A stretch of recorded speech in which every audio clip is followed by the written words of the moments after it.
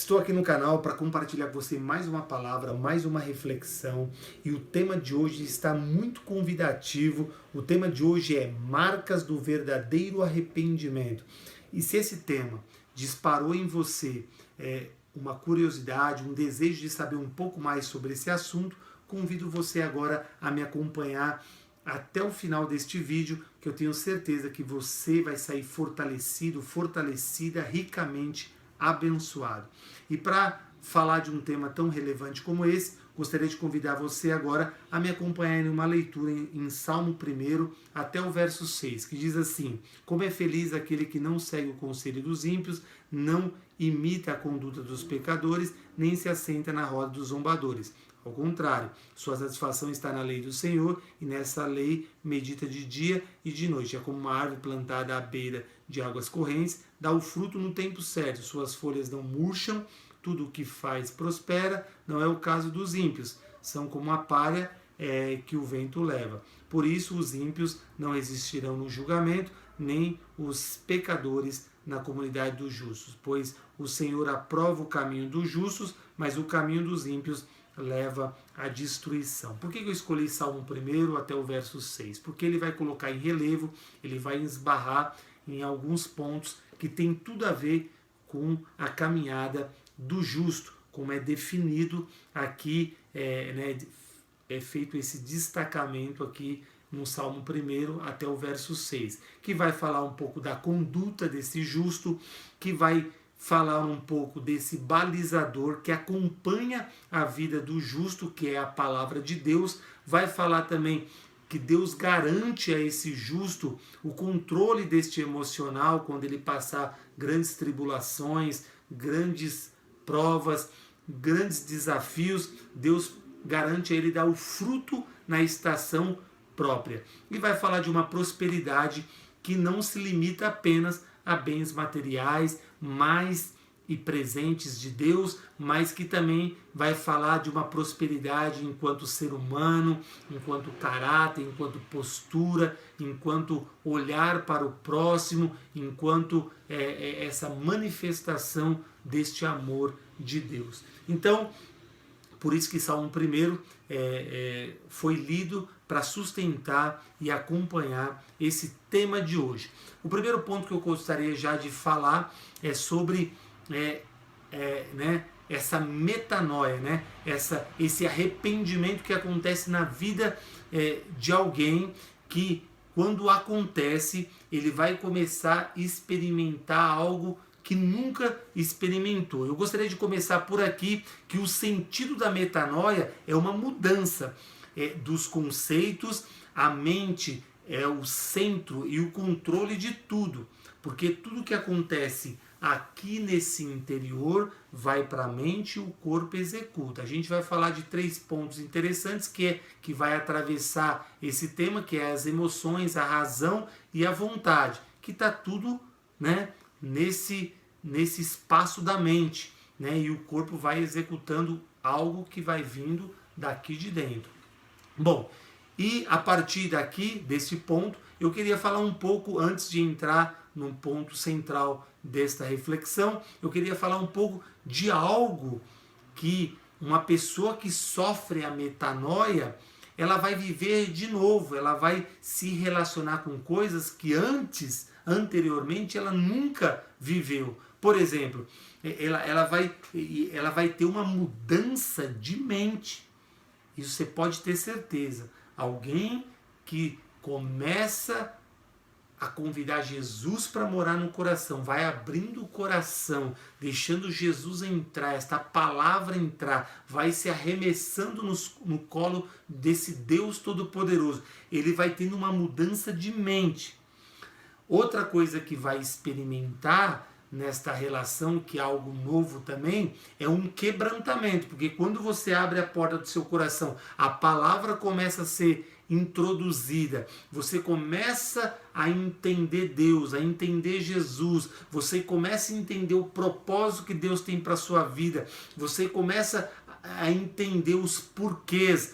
Aí você, nesta relação com Deus, nesse envolvimento nesse universo espiritual, você vai vivendo um quebrantamento que é algo extraordinário, é único, né? É algo belo que só quem vive pode dizer em detalhes como é algo extraordinário. Outra coisa que vai acontecer também, de novo, é a consciência do próprio pecado.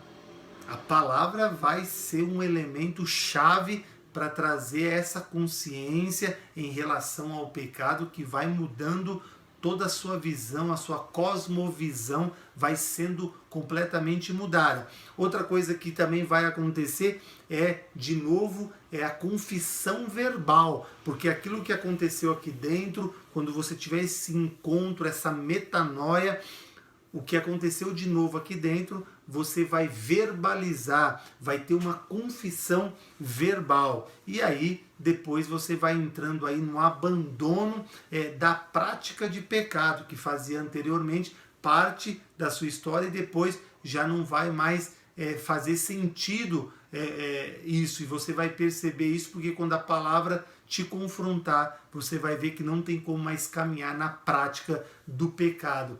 E você vai se voltar para Deus. Isso é algo que vai acontecer, você vai sentir o desejo de se voltar para Deus cada vez mais, você vai sentir esse desejo cada vez que você vai entendendo tudo isso, Deus, Jesus, a palavra vai sendo revelada ao teu coração, a ação do Espírito Santo vai te fazendo sentir coisas que você nunca sentiu, você vai sentir cada vez mais o desejo de se voltar para Deus. A obediência a Deus e a sua palavra, isso vai acontecer também, você pode esperar. E, por último, a perca da confiança dos seus próprios recursos, e aí você vai entender que tudo que vai sendo colocado na tua mão, nas tuas mãos, vem vindo de Deus esses recursos, e Deus vai te capacitar para usá-los da melhor forma. Isso, então, em última análise, o que eu quero dizer é que os conceitos em relação ao mundo muda, os conceitos em relação à visão de mundo vai mudar, a ideia que você tinha de Deus muda, os conceitos que você tinha de pecado muda, os conceitos que você tinha de todo esse universo dos valores invertidos, eles mudam. E aí, né, os seus pensamentos, eles vão sendo mudados, e aí você de fato está sofrendo essa cosmovisão. E aí você vai tendo um novo olhar, uma nova perspectiva no que diz respeito ao olhar. Quando isso ocorre, essa metanoia na vida de uma pessoa, pelo menos 3 áreas elas mudam. E essas áreas que eu quero me aprofundar com você nesta reflexão, que é os conceitos em relação ao pecado, os conceitos em relação ao mundo e os conceitos em relação a Deus. Então eu gostaria de começar nos conceitos em relação ao pecado, quando de fato acontece essa metanoia. Podemos dizer que uma pessoa que não sofreu a metanoia, a prática do pecado faz parte de um estilo de vida. É um estilo de vida que essa pessoa tem na prática, no envolvimento com o pecado. E que isso gera para essa pessoa muito prazer. Ela tem muito prazer em praticar o pecado. Que de fato, cá entre nós, se o pecado fosse ruim, as igrejas estavam lotadas. Mas o pecado é uma coisa boa, mas as consequências dele que são terríveis, são catastróficas na vida de um ser humano. Quando a conta chega na mesa, é algo completamente complicado. Outra coisa que faz parte de uma pessoa que ainda não sofreu a metanoia é que ele peca deliberadamente. O pecado faz parte da rotina de vida dessa pessoa. Então, pecar faz parte da rotina. Isso é no dia a dia e não tem nenhum tipo de remorso, né? Agora, quando ocorre a metanoia, ele muda os seus conceitos de vida, muda a relação dele em relação ao pecado. Ele não vai mais pecar deliberadamente. Isso, o que pode acontecer, e aí isso que eu quero trazer muito forte, é que quando a pessoa sofre uma verdadeira metanoia, o que pode acontecer é ele viver um acidente, um deslize. Mas veja bem, quando o pecador convertido, quando ocorre esse acidente, algumas coisas diferentes que ele nunca viveu, experimentou, ele vai começar a experimentar, ele vai ter uma tristeza muito grande, ele vai sentir uma amargura muito grande, ele vai começar a sentir algo ruim no seu interior, dentro dele. E olha só, e todo esse movimento tem tudo a ver, é exclusivamente ligado a uma ação poderosa do Espírito Santo, porque quando você ainda não faz parte desse universo, não é filho de Deus, você ainda está nesse mundo de prática deliberadamente de pecado, mas quando você se converte, o seu corpo passa a ser templo do Espírito Santo, e quando você cometer um ato que vai fazer aí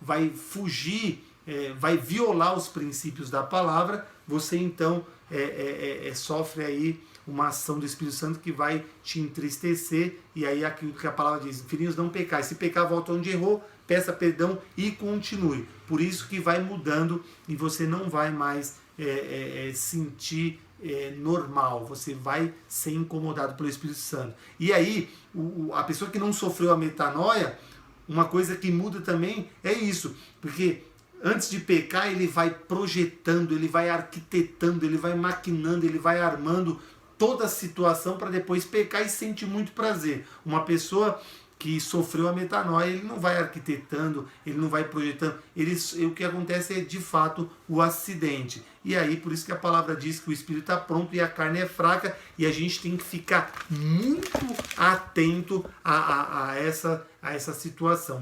Agora o outro ponto que eu queria mergulhar agora nessa reflexão é o conceito em relação a Deus, né? Quando a pessoa ainda está no mundo, não sofreu a metanoia, né? É uma pessoa que vive distante de Deus, a relação é bem distante de Deus, mas quando ocorre essa metanoia, esse muro de separação é desfeito, e aí o que acontece?